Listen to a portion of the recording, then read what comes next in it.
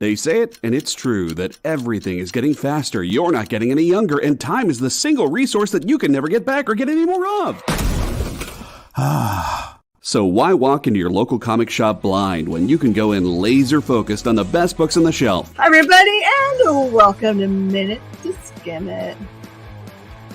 Yeah! Spend 1 hour with Miss Jen and Bean, and they'll give you rapid-fire reviews of all the new comics hitting stores. Spend less time shopping and more time reading. This is Provenance of Secrets. This is The Heathens. I read Wolverine number 17. Minute to Skim It, every Tuesday at 7 Eastern, 4 Pacific, on The Experience, Comic Culture and Sales.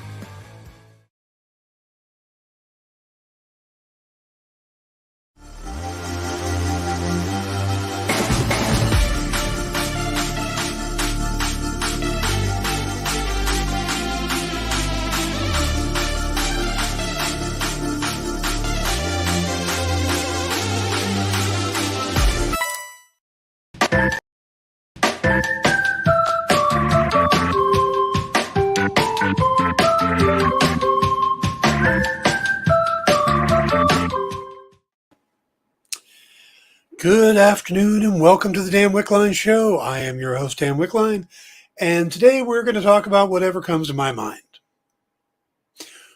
Or Peacemaker episode 7 and a few other things that popped up over the weekend.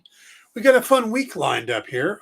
Tomorrow we are going to talk about the movie Death on the Nile, which I got to go see on Saturday.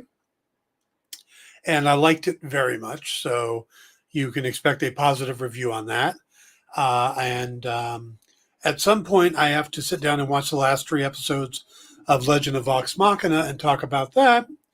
And of course, we had trailers. We had lots of trailers. We had a kind of a collage trailer for DC Drop, which had scenes from Black Adam, the Batman, the Flash movie, and Aquaman and the Lost City, where we got our first look at Aldous Hodge as Hawkman and Pierce Brosnan as Dr. Fate. And I will tell you right now that those are the 2 reasons I'm going to go see Black Adam, is Pierce Brosnan and Aldous Hodge. I don't dislike Dwayne "The Rock" Johnson. I actually enjoy him in his movies. I like him in the Jumanji movies. I am not a fan of the Fast and the Furious films, but I did see his movie with Jason Statham, was it Calvin and Hobbes or something, and thought that was pretty good. I think Johnson is good at what he does, but Black Adam has never been a character that I am particularly fond of. I'm not necessarily a big fan of the Shazam character either.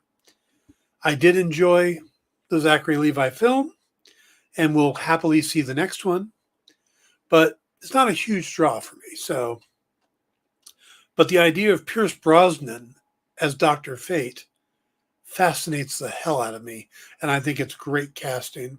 And I have always liked Aldous Hodge all the way back to when he first appeared on Leverage. I was a big Leverage fan. So looking forward to that. We also got the trailer for Doctor Strange in the Multiverse of Madness, which seems to be blowing a lot of people's minds. Some people seem very certain that a voice we hear is a very specific voice, that perhaps an image that we see could be another Marvel character, perhaps another famous actor. There's a lot of interesting things, but we're going to break that one down on Thursday. We'll talk Death on the Nile tomorrow. Today we are going to talk Peacemaker episode 7 as we get close to the season finale. We don't have Boba Fett this week because they wrapped that up last week and we talked about it on Thursday.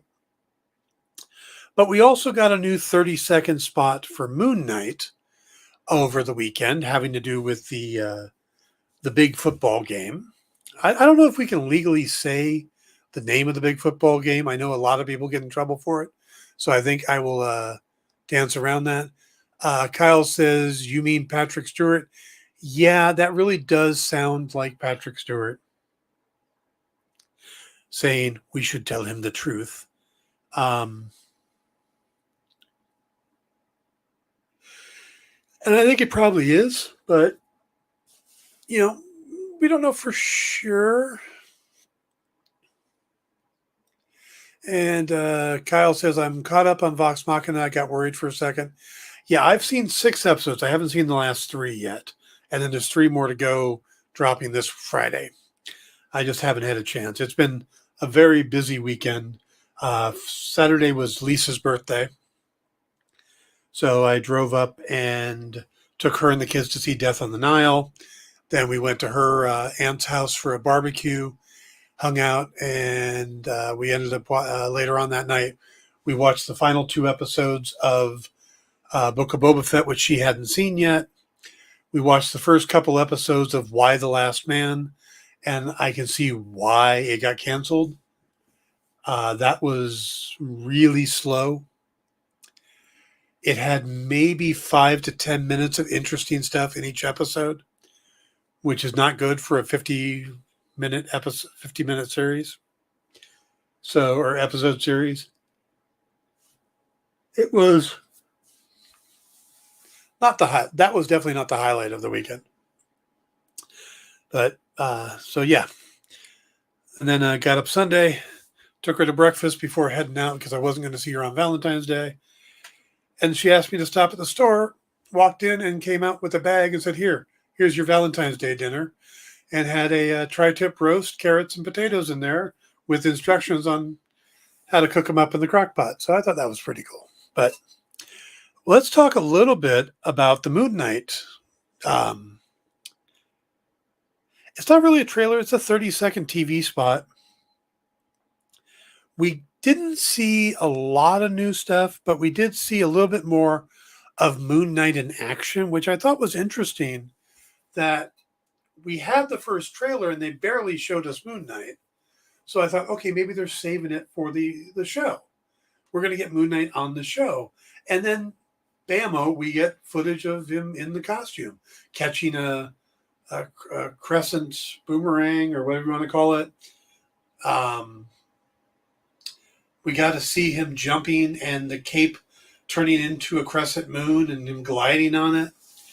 All of that looked great.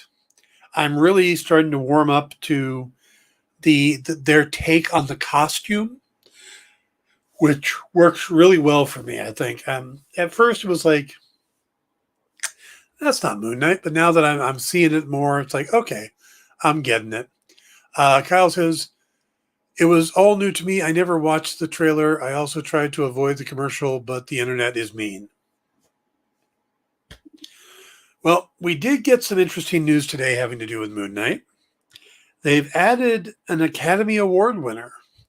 And it might be kind of weird to see that they're adding an Academy Award winner now when the show debuts in 6 weeks, since it should already be finished in post. But what they've done is F. Murray Abrams, who worked with Oscar Isaac on the film Inside Llewellyn Davis, was also in the Grand Budapest Hotel, was in the TV series Homeland, and of course, he won an Academy Award for his performance as Antonio Salieri in Amadeus.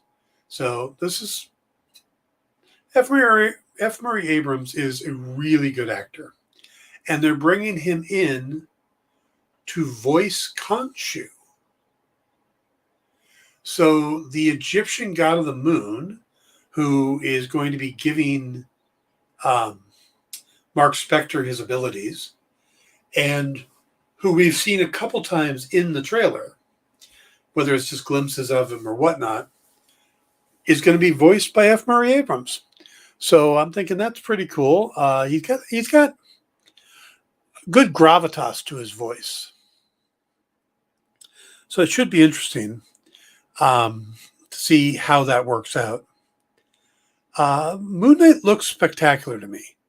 I haven't been this excited for a series since the original Daredevil series on Netflix, because it's got that kinetic feel, that violent feel that, this is going to be a rough series. This is not going to be,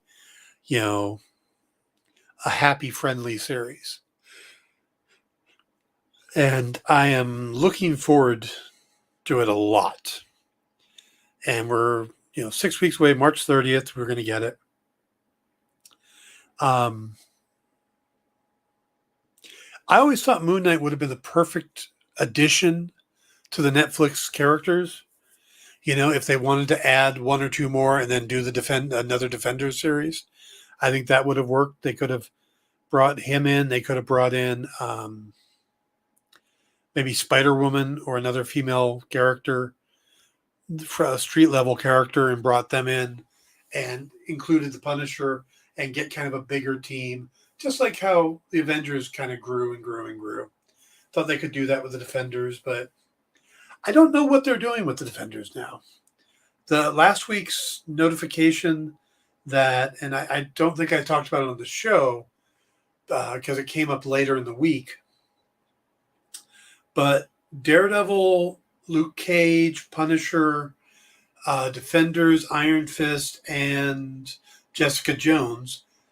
Now, when you click on watch any of those on Netflix, they will tell you that the series is leaving Netflix, and as of March 1st. So basically, if there's one you haven't finished watching yet, you're going to want to do that by the end of this month, because we're not sure where they're going to end up.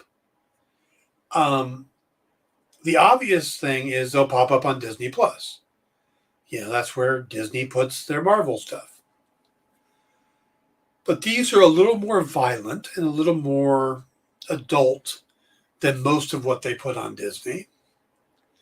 But then Moon Knight's going to be on Disney.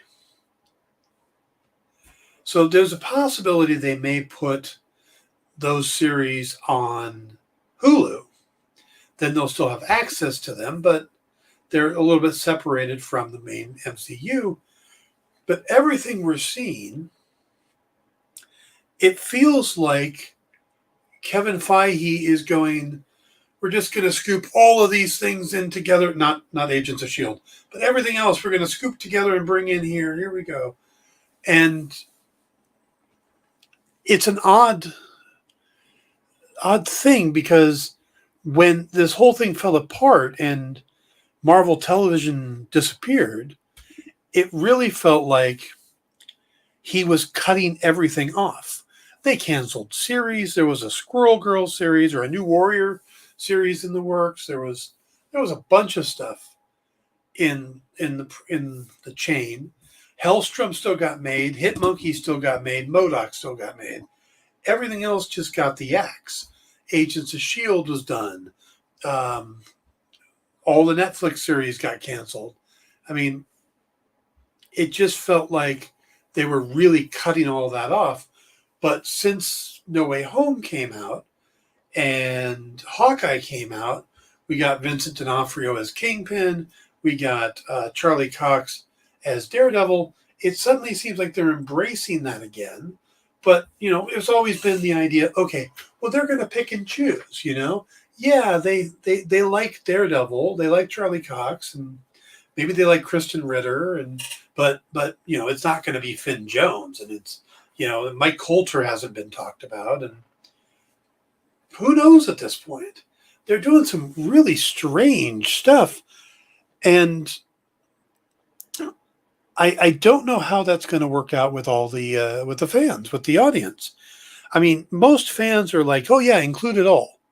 Can we have Ben Affleck pop up as Daredevil at some point for no apparent reason, like in a multiverse thing, or Ian Goffred as Mr. Fantastic, well, I will mention the Doctor Strange trailer, because with what sounded like Patrick Stewart's voice and the footage of Doctor Strange be led into this tribunal type room by what looked like Ultron droids, people are thinking that we're going to get the Illuminati. And if you're not familiar with the Illuminati, that was a group of heroic characters, the smart, really ones that think they're really smart, getting together to try to shape the world, to do the things behind the scenes to make life better, and make things go the way they want. And it was Professor Xavier, it was Doctor Strange, it was Black Bolt from the Inhumans, it was Prince Namor, or King Namor, or whatever his current title is. Iron Man, of course. So there was a lot of really smart. Black Panther, I think, was invited and didn't join or something like that. So a lot of the big, powerful characters were brought into this team. And that's kind of what people are thinking we're going to get in Multiverse of Madness, that's who he's being led into. And that this version of Mordo we're getting may not be our Mordo. It may be a variant of Mordo that works for them or is part of the Illuminati group, along with Patrick Stewart's Professor X. They think a Mr. Fantastic is on there. And it could be, they're going to bring John Krasinski in, or maybe they bring back Ian Goffard from the old movies. There's a lot of rumors and speculation that Tom Cruise will come in to play the superior Iron Man, stuff like that. And if you would have talked about this before No Way Home, I'd be like, no, they're not going to. This is just going to get confusing for the viewers. And I don't know why they would do all this. And it's after No Way Home. Shit. Yeah, they might do all of that. You might get Ben Affleck sitting up there in red leather. Jennifer Gardner on his shoulder. You might get Nicolas Cage showing up as Ghost Rider. You might get Reb Brown showing up as Captain America. That's a deep cut. Yeah. Rex Harrison is Daredevil. All of these things are possible. I don't know if they're probable. How far back will Marvel go? And with that technology, we just saw young Luke Skywalker sitting with baby Grogu, to a CGI puppet and a practical puppet having scenes together. You could pretty much make anybody. Suddenly Clark Gable is Professor Xavier. Just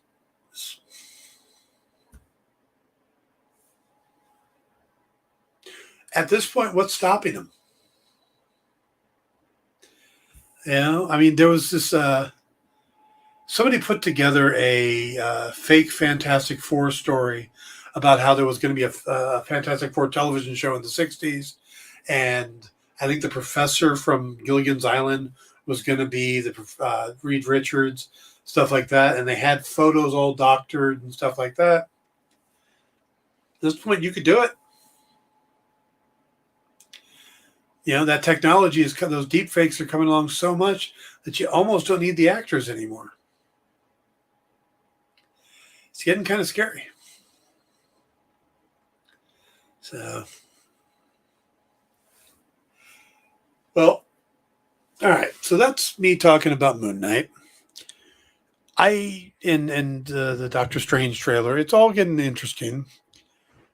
We'll see Moon Knight at the end of March, and we'll get Doctor Strange in the beginning of May 6th. But I'm really hoping that,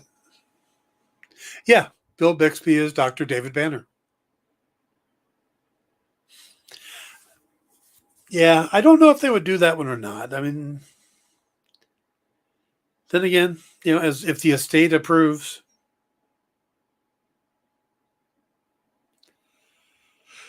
Oh, it's all weird. All right. Let's go ahead and wrap this up, and we'll move on to Peacemaker. If you would have told me that going into last week, that I would be more eager to see the 7th and penultimate episode of Peacemaker rather than the finale of Book of Boba Fett, I would have thought you would be crazy, especially after the first episode of Peacemaker. I had such a hard time getting through Peacemaker, episode 1, because the character is so pitiful and his life is so depressed, sad, and just screwed up. And here we are, episode 7, and I'm rooting for him. When Eagly hugs him in the episode,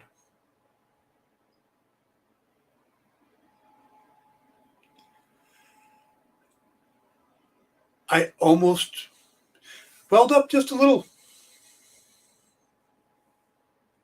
All right, let's get deep into this, but let's run the spoiler warning first. So, Kyle, if you got the spoiler warning ready, would you do so, please?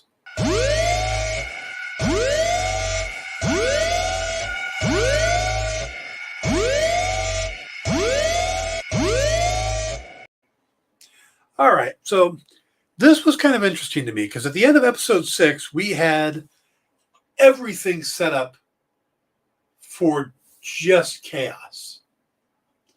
Okay, the butterflies had all taken over the police force. Augie had gotten out of prison, was back with the white supremacists. He was put on his white dragon armor. The team was kind of in shatters. Trust had been blown. The fake diary had come out. This was episode 6 could easily have been the penultimate episode. We could have gone into episode 7 and really just had a big wild finale that brought everything together, and then we got a happy ending. And I wouldn't have begrudged them that. I think that would have been fine. But James Gunn is telling a story. Gunn is doing similar to what he did in Guardians of the Galaxy, is that he is taking some very damaged people and bringing them together in a found family sort of way. And it just really he turns those characters around in the same way he did Guardians of the Galaxy, where, we're sitting there we're rooting for raccoons and trees in Guardians and guys who can't get metaphors. Here we are, some of the most despicable people on the planet, and we're rooting for them. Now, Kyle says, I tried to watch it. I got halfway through episode 1 and had to bail. It's not for me. Kyle, I will tell you that was exactly me. I got through about halfway through episode 1 and turned it off. It was painful. And I stepped away, but I knew I wanted to talk about it on the show. And they had dropped 3 episodes, I think it was. 2 episodes? 2 or 3. So I went back. I finished the first episode, started watching episode 2, and it got better. Not great, but better. Then I watched episode 3, and by the end of episode 3, I was hooked.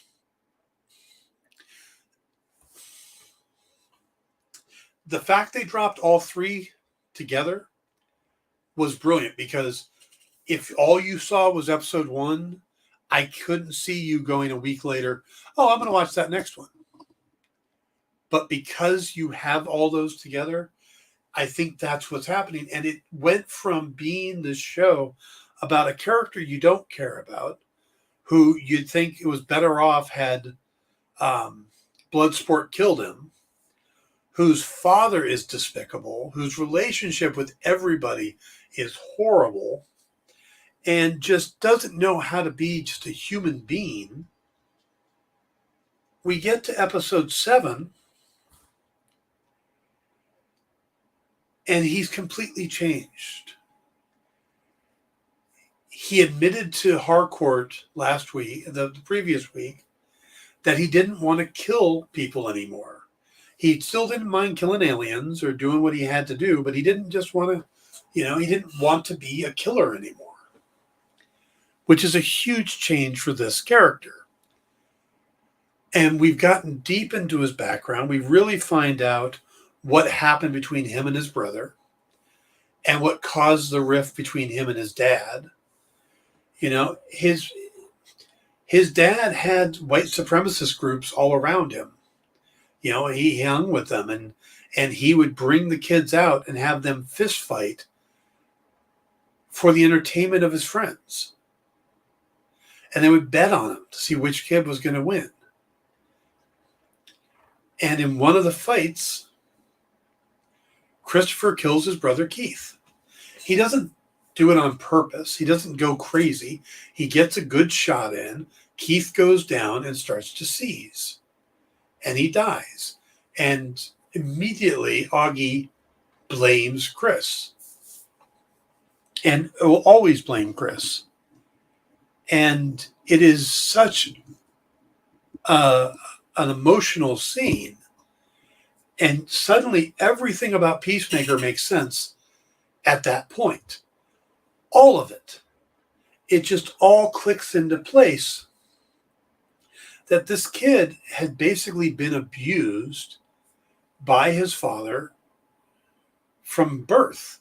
He and his brother were put into these horrible situations and taught everything about life wrong, and then is put into a situation that he shouldn't be in, kills his brother, and then gets blamed for it when it's really his dad's fault. But his dad takes no responsibility for it. And suddenly everything you see about Peacemaker makes sense, and now you're sympathetic. And you've been getting sympathetic over the time, but there were moments that it's rough, he's a bully, he's all these other things. And you see where it all comes from now. You see where it was born from. And it changes the character in a way. Like I said, he becomes very sympathetic. But that's been growing over the season. When he sits down and plays Home Sweet Home on the piano, you feel the angst that he's doing. And you know what? If you would have told me that John Cena had any kind of emotional range, I would have called BS. I had not seen it from him in anything. Just a big lumbering actor. When you want the big strong guy, you hire John Cena and he's going to play the big strong guy. This is a lot more range, a lot more depth. And I think it's similar to the way that Gunn gets really good performances out of actors like, what he did with Dave Bautista. Now, Bautista, I wouldn't have expected him to do some of the things he did in Guardians and how it's grown. And now you see it in his other movies. But he's tapped into that, and Gunn saw it and was able to pull it out of him. And Gunn is doing that here with John Cena in a way that I don't know if a lot of other actors or directors could have. He's taken a chance of putting the backbone of this series on this actor who's not known for playing big emotional roles, and he's getting exactly what he needs to out of it. And maybe that's partly how he structures the story or whatever. It is really impressive what they've done with that character to actually make you feel for him. So, all right, we're going to take a quick break, and we will come back and finish our talk about Peacemaker, Episode 7, right after this.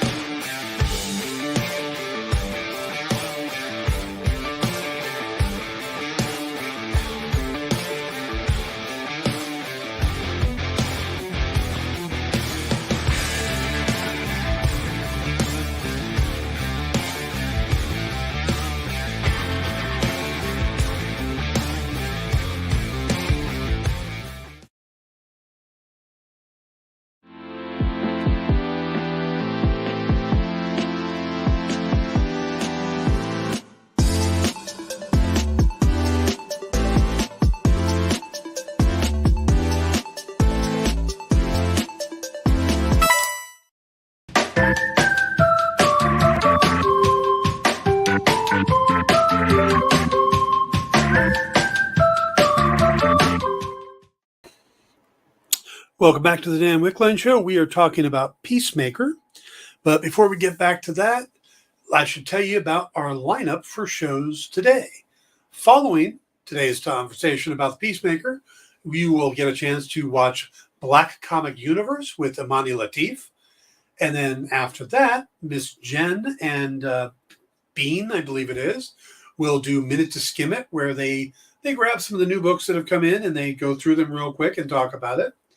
And after that, I will be back with my buddy Kyle as we do In Stores this week, where we'll be talking about some other of the books that are coming out this week, including Shadow Man #6, Nyx #4, Angel #2, Regarding the Matter of Oswald's Body #4, We Only Kill Each Other #4. We got a lot of #4s this week. And also a very special children's book called Saved by a Whisker. So you'll want to join us for that. It's going to be a really good show. Dan, did you read the whole trade we had for this week? No. I read the whole trade. Oh, good. I didn't read much else because I read a whole trade. Well, I got everything else covered, so you can talk about the trade. We're good. All right. Yeah. By the way, Kyle, I think you should take my joke from Facebook and make that one of those little black commercials, the black screen commercials. All right, JD's out there watching. JD, make the commercial. Yeah, that's his department. I'm not funny. Yeah. The one about what's the difference between making chickens or egg salad and chicken salad? I saw that. I repeated that joke several times to other people and claimed it as my own. That made my day. Yep, that was mine. That's an original. I love that joke. So, all right. Okay. So let's talk about the actual episode. The thing about the episode that I really liked, do we have the spoiler thing still up? The little graphic? Should have the graphic up still. The thing I really liked about the episode is, like I said, they could have gone in and just made, pulled everything into one big explosion. They didn't, because Chris, Peacemaker, dealing with his father needed to be done on its own. He needed to do it. And then, but we didn't want to stop the main story, which is the butterfly invasion. So they separated the teams. You have Myrn, Harcourt, and Adebayo over at the hotel dealing with that. You have Economos, Vigilante, and Peacemaker dealing with... They're basically going to kill the cow that we learned about at the end of the other episode. Terrific. Yay, they're going to kill the cow. They don't get there. Turns out that Augie has put tracking beacons in all of the helmets, all of Peacemaker's helmets. So he is able to attack them as they're driving, and in doing so, shows up to kill his kid. He's done. He thinks his kid is a screw up and that he was in jail because of him, and is done with it. And he's got all his followers with him. And we learn so much about these characters. And that's the thing, is that in this episode, every character gets their heroic moment. Every character on the team gets their moment to sacrifice, or their big battle moment, or whatever. And it really pays off. It really works well. I'm going to switch. I'm going to talk about the other group first. They're at the hotel, and the police show up because they know through Locke, the police chief now, who's now invaded by a butterfly, where the team was set up. So they're trying to get out of there, but they know where Myrn is. So they go after Myrn, and he's going to stall them to try to let Harcourt and Adebayo out to get away. But what happens is, as they fight, Myrn gets killed. He takes a couple of them out, but the body gets destroyed. And then he tries to get out as a butterfly, and the queen captures him and crushes him. But he's not quite dead. So when they leave and they go off to look for to move the cow, that's the thing, is they know that the cow that the cow's position is compromised, so they're going to move the cow. And when we get to see the cow, we see why that's a big deal.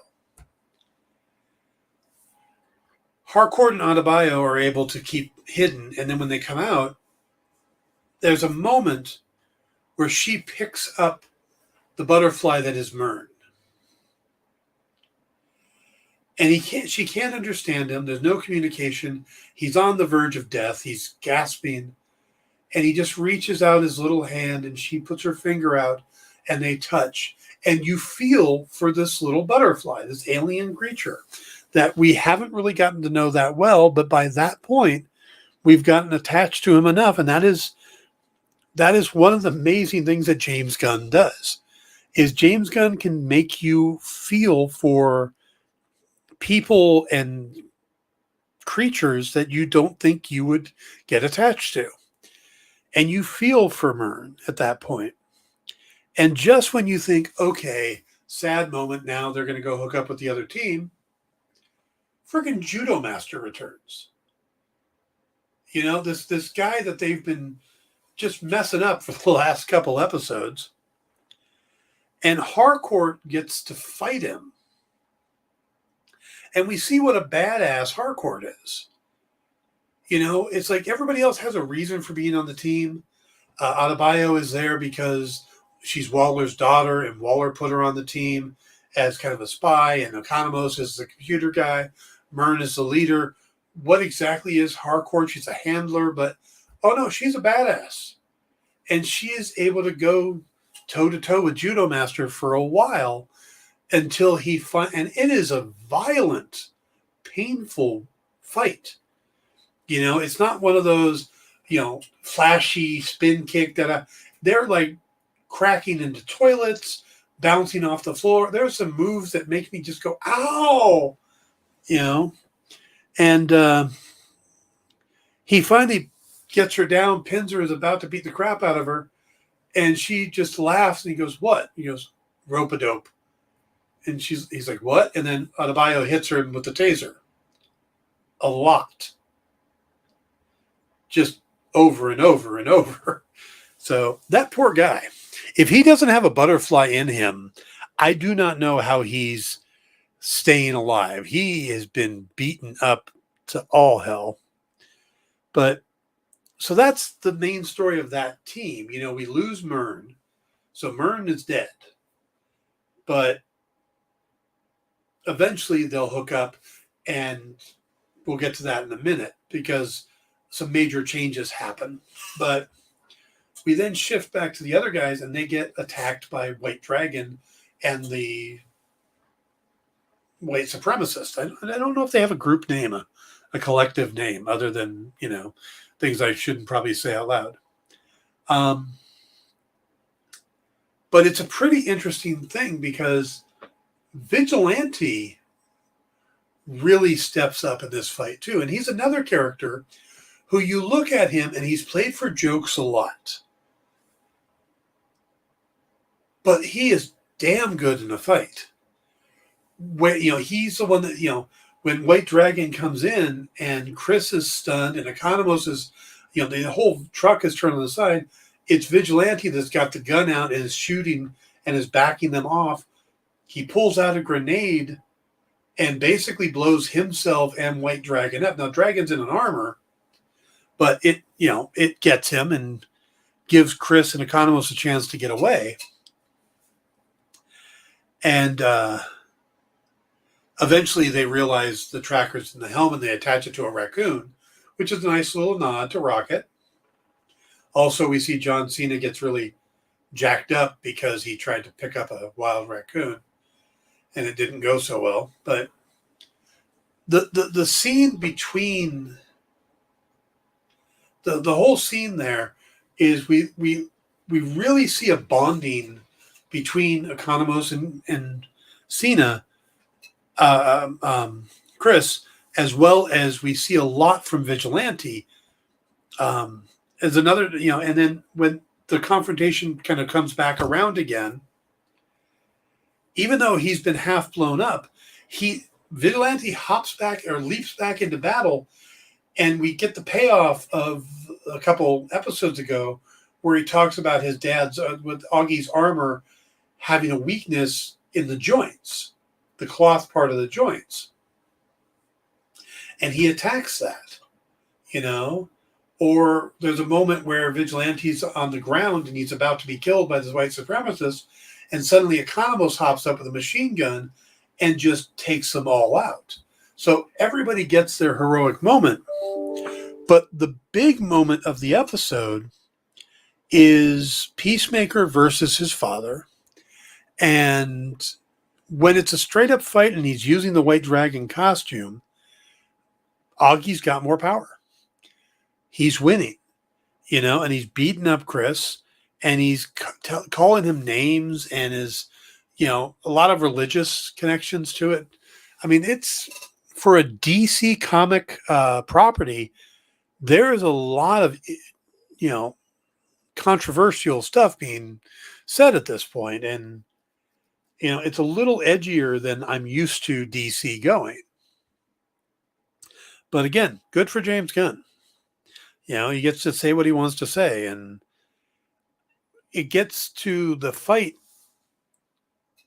and it isn't until Vigilante basically screws up the armor by attacking the joints that it becomes a fair fight. And also Eagly gets involved. Eagly is a total badass as well. And when Eagly gets hurt, that's when Peacemaker loses it and totally goes out, because he's still hesitant. It's still his father. And that's the thing, is that his father's abusive, is a racist, is a murderer, is all these horrible things, but he's still his father.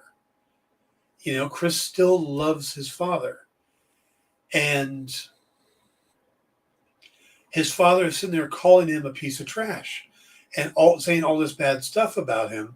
And when he hurts Eagly, it just kind of snaps it all together for Chris. And he ends up, when he attacks him back and he starts beating him up, he says, yeah, you're right. I am a piece of shit. And I am, because I didn't kill you in your sleep, because I kept loving you while you did all this stuff. And it's this very angst-filled fight. And you see him, just his whole world is just shattering in that moment as he's having to fight his father. And it gets to the point where Peacemaker's holding a gun at his dad's head. And Augie is just going on and on and on about what a horrible kid he is and what a mistake, and how he's going to come back and do all this stuff. And finally, Chris just shoots him. Right there. Kills him. And he breaks down. And he drops to his knees and he cries. Now, again, there's a little bit of humor played in this moment, because that's the show. So Vigilante doesn't get it. Vigilante is a psychopath, is detached from real human connections. So he doesn't get it. And in a way, it really shows us that Peacemaker isn't that. Peacemaker isn't the psychopath we thought he was. That he isn't the joke that Rick Flag called him. That there really is something there. And Economos basically calls Vigilante out for just like, dude, he's crying. Economos gets it. And it is a strangely powerful scene for a show that has such odd themes. But the theme of found family, which is always big for James Gunn, but also toxic relationships, people that are just bad for you, people that just bring you down and that, hurt you in a lot of ways. That's where this comes from. I mean, that's where Gunn is really making this series unique and special. And again, this is not what I expected from this series. This is not what I thought we would get from a TV show led by John Cena. But there's just so much there. And then they get out of there and go find a vet because Eagly's hurt. And they call in Harcourt and Adebayo, who show up, and Vigilante's there. And they've already done the work on Eagly, and Vigilante's ready to kill the 3 vets. It's like, they've seen our faces. They have to go. And they're like, no, they don't. We can just tie them up. It's fine. We don't have to kill them. And Vigilante is like, no, we have to do this. This is part of what we do. And they finally convince him otherwise. But there's this moment as a team. Well, before we get to that, Eagly is recovering, and John Cena is at his side, kneeling and praying. And it's a very Peacemaker prayer, because he's talking to God, and he's talking to God in such a unique way that's very much still shows that this guy was raised broken. He was talking about how he should never have left Eagly with his dad. He should have found himself a woman that that he could have a prison relationship with, who would take care of Eagly for him. I mean, it's not a good prayer. It's not a prayer that you go, oh, he's such a pure person. No, he's still Peacemaker, but it's an interesting scene. But as he's praying, Adebayo comes in and is watching, and Eagly gets up and hugs him again. And Adebayo is so taken by the fact that this eagle went from being unconscious recovering to being up and hugging. Just the idea of an eagle hugging a human just throws her off. And she has to call her wife and says, look, I have to see this through.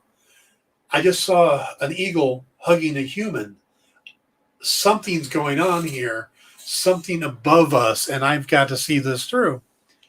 So they all get back together in the main room and try to decide what they're going to do next. And they're like, well, how can we keep doing this? We don't have Mern.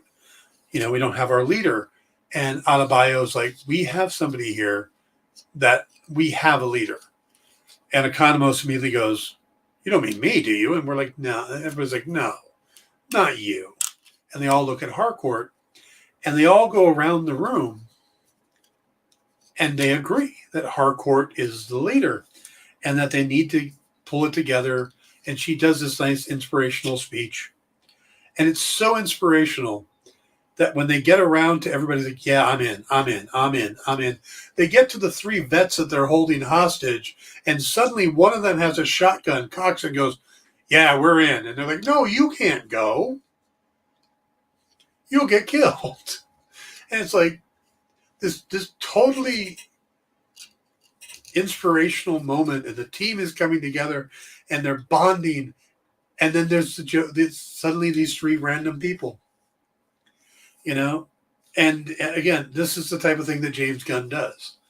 And it's amazing because you get that moment that you want, but you also get the humor. It reminds me a little bit of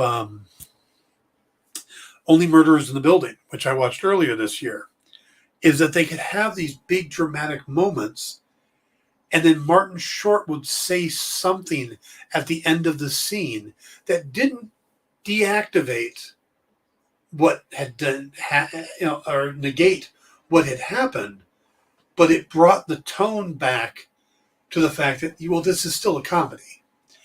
And that is what Gunn does so well with these little asides or these odd moments.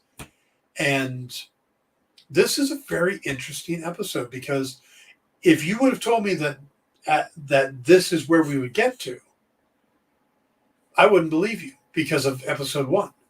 Episode 1 was so hard to get through.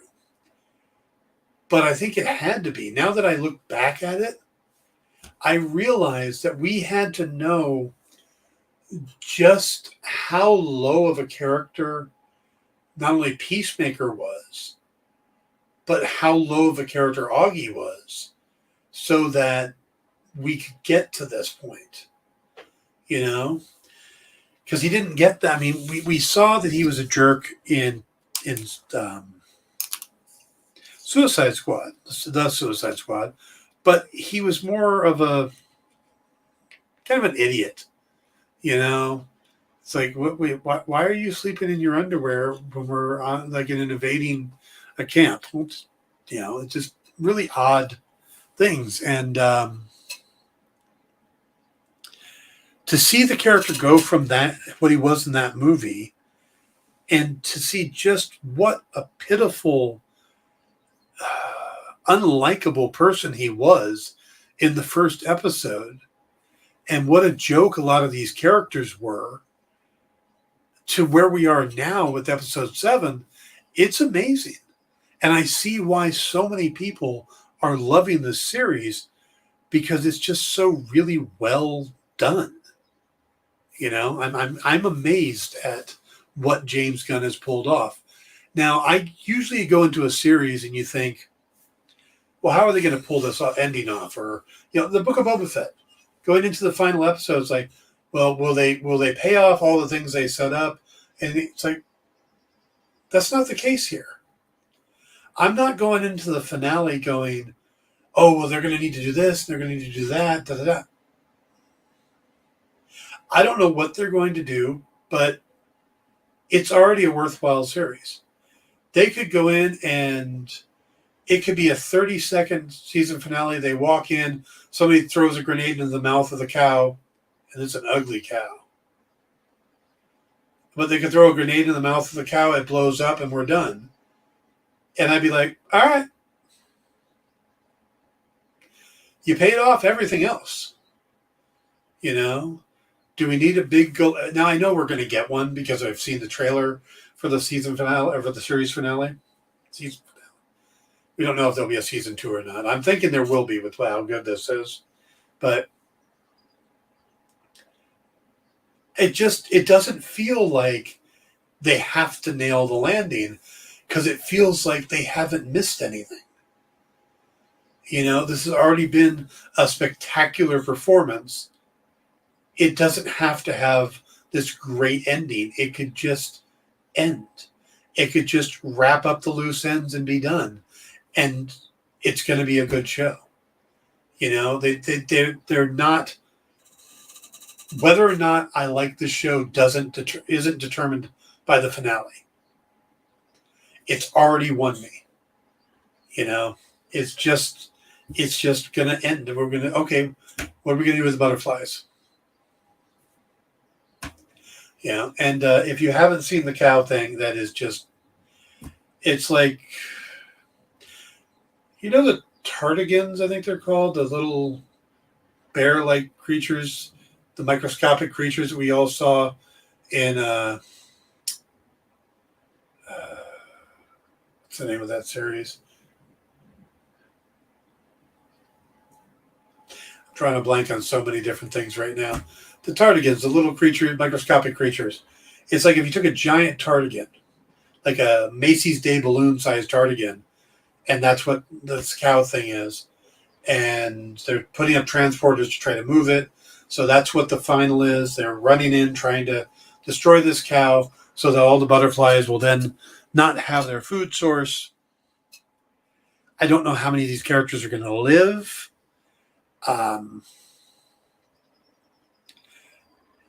But these characters have all become very cool. Economos has become a badass. Harcourt is a badass. Vigilante is awesome, and he's so demented. He really has become DC's Deadpool. You know? That I don't know if they could ever do a series of just him, but they could definitely have him team up with somebody and do a good series. And Freddie Stroma has been just a joy.